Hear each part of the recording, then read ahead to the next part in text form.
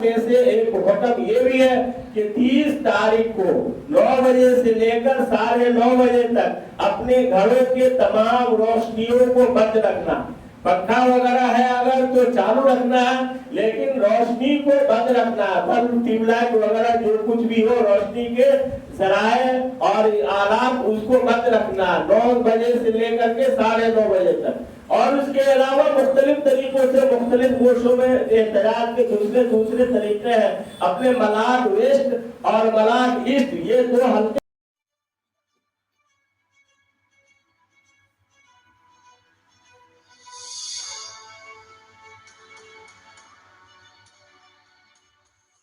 کائنات کو وجود بخشا اور اس میں بسنے والے تمام مخلوقات کو پیدا کیا اور تمام مخلوقات میں انسانوں کو اشرف المخلوقات اور افضل الموجودات بنایا، اور اللہ تبارک و تعالی نے انسانوں کو اپنی خلافت اور نیابت عطا فرمائی۔ اشرف المخلوقات ہونے کے اعتبار سے بہت ساری ذمہ داریاں عطا فرمائی، بہت سارے کام کیے اور بہت سارے احکامات عطا کیے۔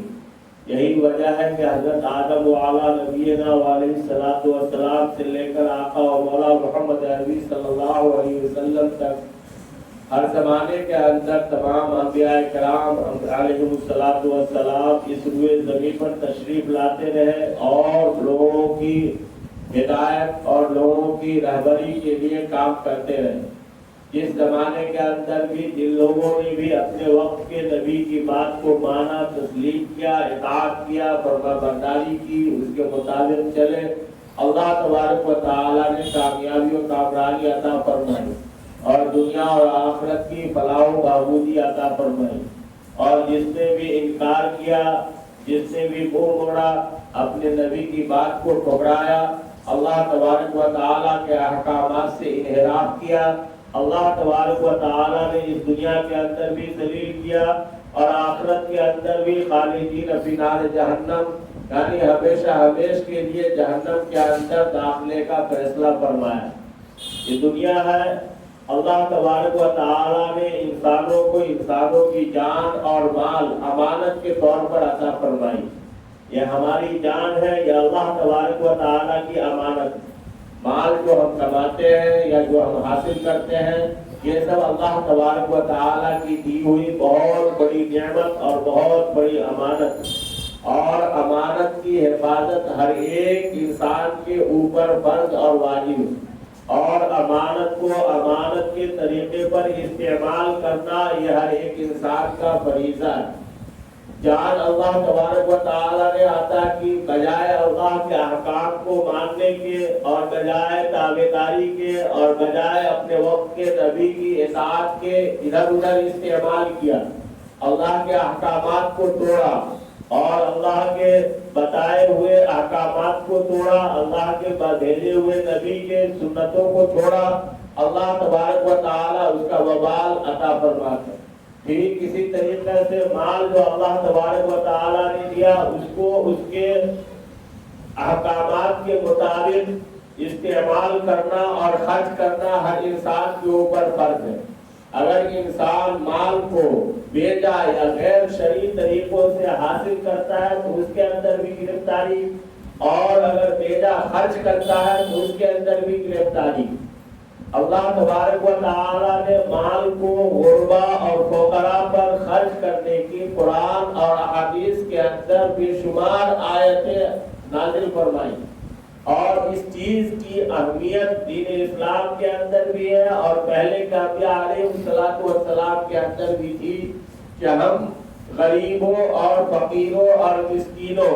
اور محتاجوں کی مدد کریں، یعنی جو اللہ تبارک و تعالی نے دیا ہے اس مال کو اپنے اوپر بھی خرچ کرنا ہے اور اپنے اڑوس پڑوس رشتہ دار خیش اقارب دوست احباب متعلقین اور جتنے بھی دیگر جہاں تک بھی ضرورت مند کی ہم ضرورت پوری کر سکتے ہیں ان کی ضرورتوں میں صرف کرنا یہ دین اور ایمان کا ایک اہم حصہ ہے۔ اللہ کے رسول پاک صلی اللہ علیہ وسلم نے اسی وجہ سے ارشاد فرمایا اذا مات الانسان انقطع عمله کہ جب انسان دنیا سے فنا ہو جاتا ہے، ختم ہو جاتا ہے، مر جاتا ہے اور انسان کو موت واقع ہو جاتی ہے، تو صرف 3 چیزیں جو وہ 3 کام اپنی زندگی میں کیے ہوئے رہتا ہے، وہی 3 چیز کام آتی ہے۔ ایک صدقہ جاریہ، اور دوسرا علم نافع، تیسرا نیک اولاد۔ صدقہ جاریہ یہ ہے کہ انسان کوئی ایسی چیز اپنے مال کے ذریعے سے خرچ کرے جس کا ثواب اور نفع دونوں ہمیشہ جاری رہے، اور وہ طریقہ ہوتا ہے وقت کے ذریعے سے۔ وقت کے ذریعے سے یوں ہوتا ہے کہ کوئی انسان اپنے جیتے جی مسجد ہو یا مدرسہ ہو یا مکتب ہو یا عام لوگوں کے استعمال کی چیزیں ہو، پانی پینے کی سبیل ہو یا نہر ہو یا کنواں ہو یا باغات ہو یا دیگر ایسی اشیاء جس سے لوگ ہمیشہ فائدہ اٹھاتے رہے۔ جیسے پہلے کے زمانے کے اندر شاہراہوں کے اوپر مسافر خانہ تعمیر کیے جاتے تھے اور پانی پینے کا انتظام کیا جاتا تھا۔ آج بھی اس کی مختلف صورتیں ہیں، اور اس کی ایسی مختلف صورتیں ہیں جو کمرشل روپ اختیار کر لی ہے، یعنی جگہ جگہ لوگ ہوٹل اور بڑے بڑے کیمپ اور بڑے بڑے ڈھابے انتظام کرتے ہیں، جس کے اندر لوگ بیٹھ کر کے اپنی تھکاوٹ کو دور کرتے ہیں، لمبا سفر کرتے ہیں۔ وہ ایک پیسہ کمانے کی مشین ہوئی۔ پہلے کے زمانے کے اندر یہی مسافر خانے تعمیر کیے جاتے تھے، جو بادشاہ کی طرف سے ہو یا کسی عام ایک انسان کی طرف سے ہو۔ وہ مسافر خانے سے جب مسافر راستے میں سفر کرتے ہوئے تھک جاتا تھا تو وہاں آرام کر لیتا تھا، اور وہاں پانی پینے کھانے وغیرہ کی کچھ انتظامات ہوا کرتے تھے، جس سے اس کو اور اس کے دل کو اور اس کی زندگی کو اور مسافر اور سفر کی تھکاوٹ کو دور کر لیا کرتا تھا، اور پھر فریش ہو کر کے اگلی منزل کے لیے سفر کیا کرتا تھا۔ باہر کے یہ صدقہ جاریہ کی مختلف صورتیں دین اسلام کے اندر بھی ہے اور پہلی کی امتوں کے اندر بھی تھی۔ حضرت آدم وعلیٰ نبینا علیہ الصلوۃ والسلام سے لے کر آقا اور مولا محمد عربی صلی اللہ علیہ وسلم تک کتنے انبیاء کرام علیہ الصلوۃ والسلام آئے۔ ہر نبی کی امتوں کے اندر صدقہ کرنے کی بہت بڑی فضیلتیں تھی، اور لوگ اس کو عمل کیا کرتے تھے۔ عام لوگوں کے نفع کے لیے بہت سارا کام کیا کرتے تھے۔ خود حضور اکرم صلی اللہ علیہ وسلم کے زمانہ کے اندر صحابی رضوان اللہ تعالی علیہم اجمعین کو صدقہ باغ کے صدقہ کرنے کی اور کنواں کھودوانے کی، کنواں خرید کر کے صدقہ کرنے کی اور دیگر اوقاف کی بہت بڑی فضیلتیں حاصل ہوئی۔ پھر حضور اکرم صلی اللہ علیہ وسلم کے زمانہ کے بعد صحابہ کرام اس کام کو کیا کرتے تھے، تابعین اور دیگر مسلمین مسلمات تمام اوقاف کے سلسلہ کو جاری رکھے ہوئے، اور آج تک یہ سلسلہ جاری ہے۔ وقت کہتے ہیں الحکم انفاق فی سبیل اللہ علی حکم ملک اللہ، اللہ کی ملکیت کے حکم کے مطابق کسی چیز کو روک دینا اور اس کو اس کے اوپر صرف کرنا۔ یہ جب کوئی انسان اپنی کوئی چیز کو وقف کرتا ہے تو هو الحبس علی حکم ملک اللہ، وہ روک دے رہا ہے اللہ کی ملکیت کے حکم کے مطابق، کہ جب انسان جس ارادے سے اس کو وقف کرے اس کے اندر اس کا استعمال کیا جائے۔ کسی نے مسجد کے لیے وقف کیا تو اس کے اندر نماز ادا کی جائے گی، کسی نے مدرسے کے لیے وقف کیا تو اس کے اندر تعلیم و تعلم کا انتظام ہوگا، کسی نے مسافر خانے کے لیے وقف کیا تو اس کے اندر عام انسان خواہ غریب ہو یا امیر ہر ایک کے لیے فائدہ ہوگا بلا تفریق مذہب۔ اور اس کے علاوہ کسی نے کسی جائیداد کے اناج کو وقف کیا تو وہ بھی ویسے ہی استعمال ہوگا۔ اسی طریقے سے کسی نے پانی پینے کی سبیل کسی بھی اعتبار سے جہاں جو رائے جو چاہے ہینڈ پائپ کے ذریعے سے ہو یا کنواں کے ذریعے سے ہو یا پانی لا کر کے جمع کر کے وہاں سے پینے کا سلسلہ جاری ہو، جہاں جس طریقے سے جو رواج ہو اس کے اعتبار سے ہر غریب و امیر اس سے فائدہ اٹھاتا رہے گا۔ یہ ساری چیزیں جب تک اپنے احکام کے مطابق رہے گی تب تک اس کو فائدہ ملتا رہے گا، ثواب ملتا رہے گا۔ اس چیز کو سرکار اپنے اعتبار سے ترمیم کر کے اپنے حق پہ اپنے پالے میں کر کے اس کو فروخت کرنا اور اس کے اندر خود بند کرنے کا ارادہ پورے طور پر رکھتی ہے. اسی ارادے کی مضمون یہ کوششیں ہیں کہ وقت کے سلسلے میں جتنے بھی قوانین ہندوستان کے اندر تھے سارے کے سارے مسلمانوں کے احکام، مسلمانوں کے حقوق کے اعتبار سے تھے اور اس سے مسلمانوں کی بازیابی ہوتی تھی، مسلمان اس سے فائدہ اٹھا رہے تھے. اور بہت ساری مساجد اور مدارس ایسے تھے جو 400 سال 500 سال 1000 سال سے بنی ہوئی ہے اور وہاں سارے کام انجام دیے جاتے ہیں. نئے قانون کے مطابق اگر کوئی اتنی پرانی ساری مساجد کو استعمال کر رہا ہے تو اس کے لیے اس کو کاغذ دکھانا پڑے. اب ظاہر سی بات ہے پہلے کے ہزار سال پہلے کی جو مساجد ہے اس کے کاغذات کا ملنا بہت مشکل ہوا کرتا اور 400 سال یا 200 سال پہلے کے کاغذات ملنا بہت مشکل ہے. اس سلسلے میں ان مساجد کو منہدم کرنا اور اس کو اپنے پالے میں رکھنا، اس ارادے سے اس نے اس قانون کو بنایا کہ اس کے لیے کاغذ دکھانا پڑے گا، باقی استعمال میں مسلمانوں کے ہی رہے گا. یہ اتنا مشکل کام ہے جس اعتبار سے تقریباً 3500 مساجد ایسے ہیں جو ان لوگوں کے نشانے پر ہیں، جو پورے ملک کے مختلف گوشوں میں واقع ہیں. اس کو اپنے پالے میں کر کے وہ یہ ارادہ رکھتی ہے کہ کسی بھی طریقے سے اس کے اوپر ہمارا قبضہ ہو جائے اور بلڈوزر کے ذریعے سے اس کو زمین دوز کر دیا جائے، ختم کر دیا جائے اور مسلمانوں کی نماز اور عبادت کے اوپر روک لگا دی جائے. ایسے ہی بہت سارے قوانین میں ایک قانون یہ بھی ہے کہ اس کمیٹی کے اندر ایک غیر مسلم کو رکھا جائے گا یا 2 غیر مسلم کو رکھا جائے گا. وہ ظاہر سی بات ہے چیز ہماری اور ہمارے آباء و اجداد نے وقف کیا، یا بہت ساری جگہ ایسی ہے جو غیروں نے بھی وقف کیا ہم لوگوں کے نفع کے لیے کہ اس کے اوپر نماز ہوگی یا تعلیم ہوگی. جب اس کے اندر 2 شخص یا 4 شخص غیروں کی اس کے اندر ملازمت ہو جائے گی اور وہ جب اس کے اوپر آ جائیں گے تو وہ اپنے اعتبار سے فیصلہ کریں گے، پھر ہمارا کیسے اس کے اوپر بس رہے گا یا ہم اس کو کیسے استعمال کر سکتے ہیں. یا پھر ایسا قانون کہ جو بھی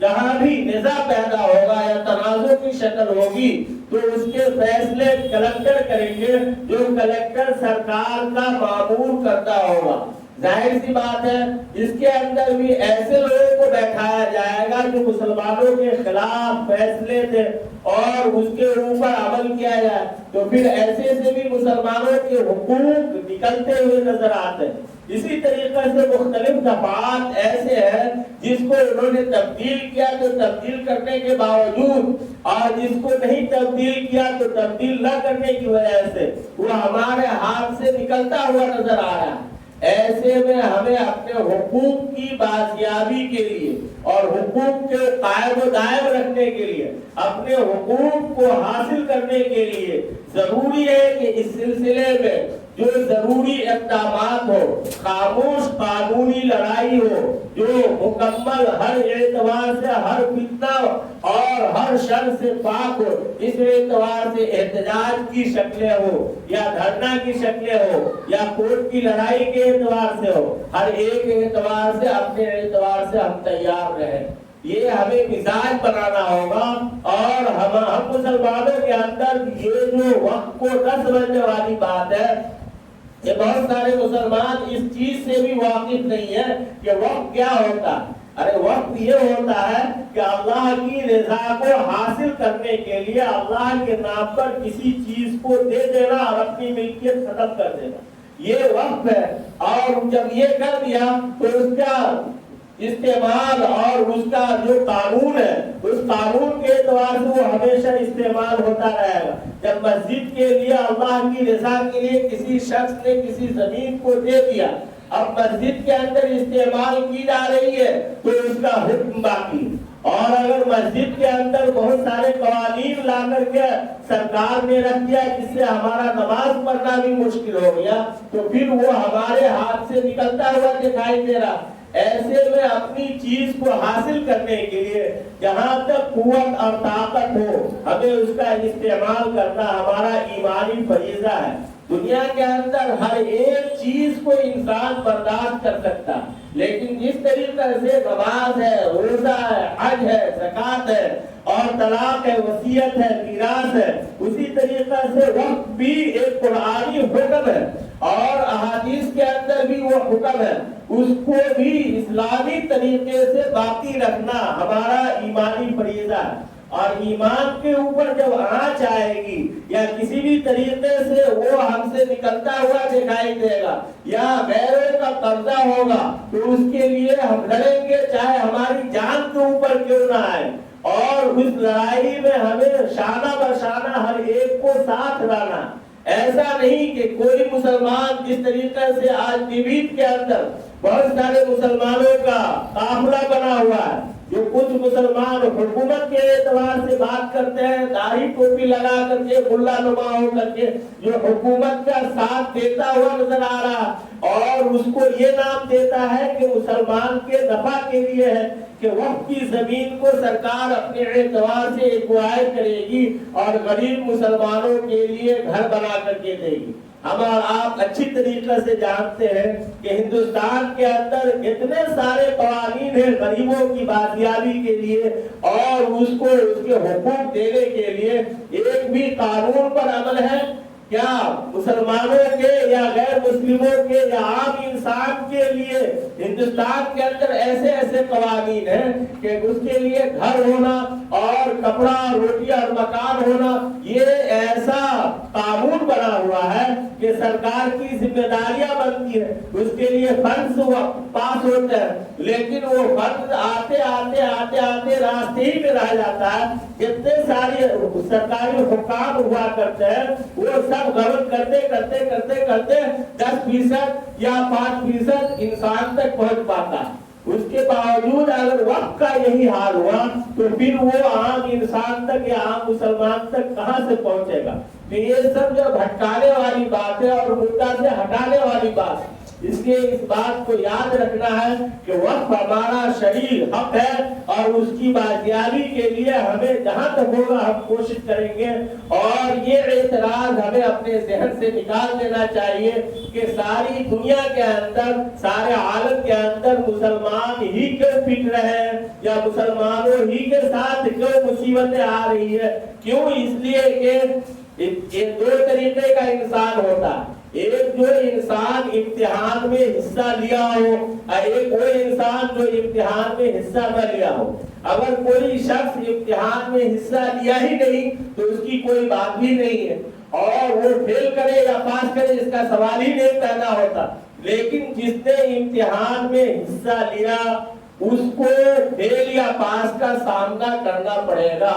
ٹھیک اسی طریقے سے ہم نے کلمہ لا الہ الا اللہ محمد رسول اللہ کے پڑھ لینے کے بعد اور اقرار کر لینے کے بعد ہم نے حصہ لیا امتحان کے اندر. اب ہمارا رزلٹ نکلے گا کہ ہم میں سے کون اس ایمان کے اوپر قائم رہتا اور کون قائم نہیں رہتا. ہمارا آپ اچھی طریقے سے اپنی آنکھوں سے دیکھتے ہیں کہ بہت سارے مسلمانوں کے 99% لوگ اس چیز کی حقوق کو حاصل کرنے کے لیے کوشش کر رہے ہیں، محنت کر رہے ہیں. لیکن 1%، 1.5%، 2% ایسے آدمی ہیں جو حکومت کی بول کے اندر اس کی آواز کے اندر اس کا ساتھ دیتے ہوئے نظر آ رہے ہیں. ہمیں ان لوگوں سے کو دیکھ کر کے اپنے آپ کو بھٹکنا نہیں، اپنے آپ کو سنبھال کر کے رکھنا ہے. اور آل انڈیا مسلم پرسنل لا بورڈ جو پورے ہندوستان کی تمام فرقوں اور تمام جماعتوں کی مشترکہ تنظیم ہے، اس کی آواز کے اوپر لبیک کہنا ہے اور اس کی آواز سے اپنی آواز کو ملانا ہے اور ہمیشہ اس کے حکام کے لیے اپنے جان مال اور وقت کو قربان کرنے کے لیے تیار رہنا. انہی احکامات میں سے ایک حکم یہ بھی ہے کہ 30 تاریخ کو 9 بجے سے لے کر 9:30 بجے تک اپنے گھروں کے تمام روشنیوں کو بند رکھنا.